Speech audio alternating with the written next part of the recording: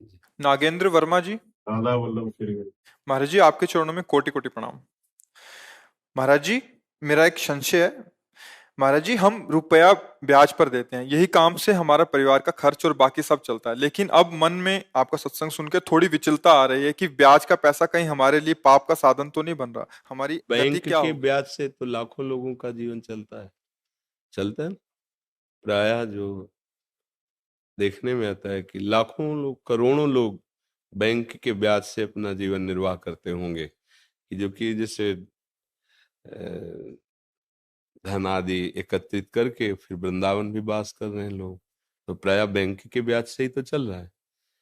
तो ये जो ब्याज की निंदा की गई है, वो पूर्व में जैसे जमींदार लोग होते थे ना, 500 रुपए दिए, 500 का वो ब्याज वापस किया, वो ब्याज ऐसे चढ़ा देते थे को कितनी बार 500 दे ले, पर वो मुक्त नहीं होगा।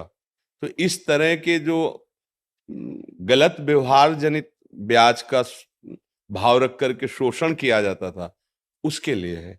जैसे बैंक से भी आप कर्जा लो तो वहां भी तो आपको उसमें प्रतिशत में होता है ना कि इतने प्रतिशत, हाँ लोन जैसे, या आप बैंक में धन दो तो इतने प्रतिशत आपको ब्याज मिलेगा, ऐसा होता है ना।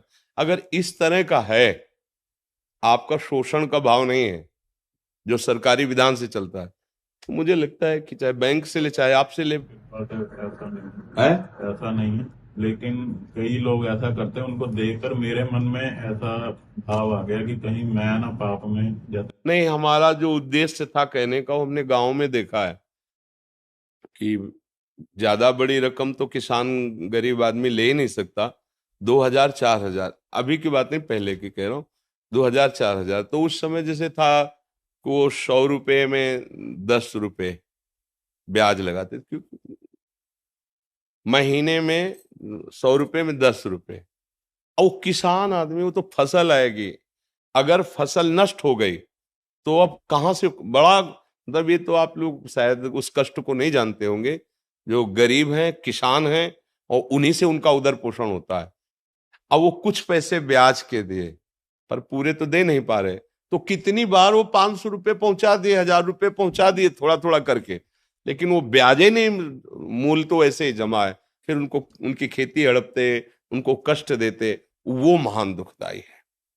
एक नियम है सरकारी हिसाब से, जैसे तो आप जो प्रतिशत, खुली बात है, इतने प्रतिशत ब्याज इसका है, जहां तक हो सके सौहार्द रख करके उसको, उसका सेवा का भी काम बन गया, आपका भी काम चल रहा है। शोषण वृत्ति अगर है तो फिर वो हानिकारक रहेगी।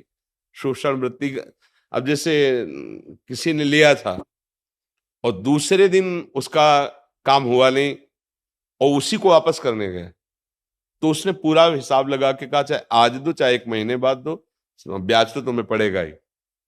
अब उसको जो 200-300 रुपए ब्याज के थे बहुत भारी पड़े थे, और वो बेचारा के रख लिया।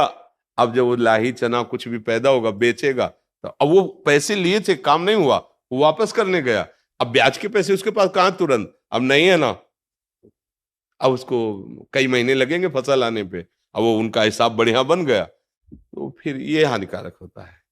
अब तुरंत जैसे समझ में आ रहा है ना कि गांव का है, हमारे अमुक आदमी है, और उसका जिस काम के लिए था नहीं हुआ, वो वापस कर रहा है, तो इस पे फिर लोभ नहीं करना चाहिए। इसमें हाँ ठीक है, कोई बात नहीं, महीना 2 महीना हो गया तो फिर उसका ब्याज उचित ले लीजिए।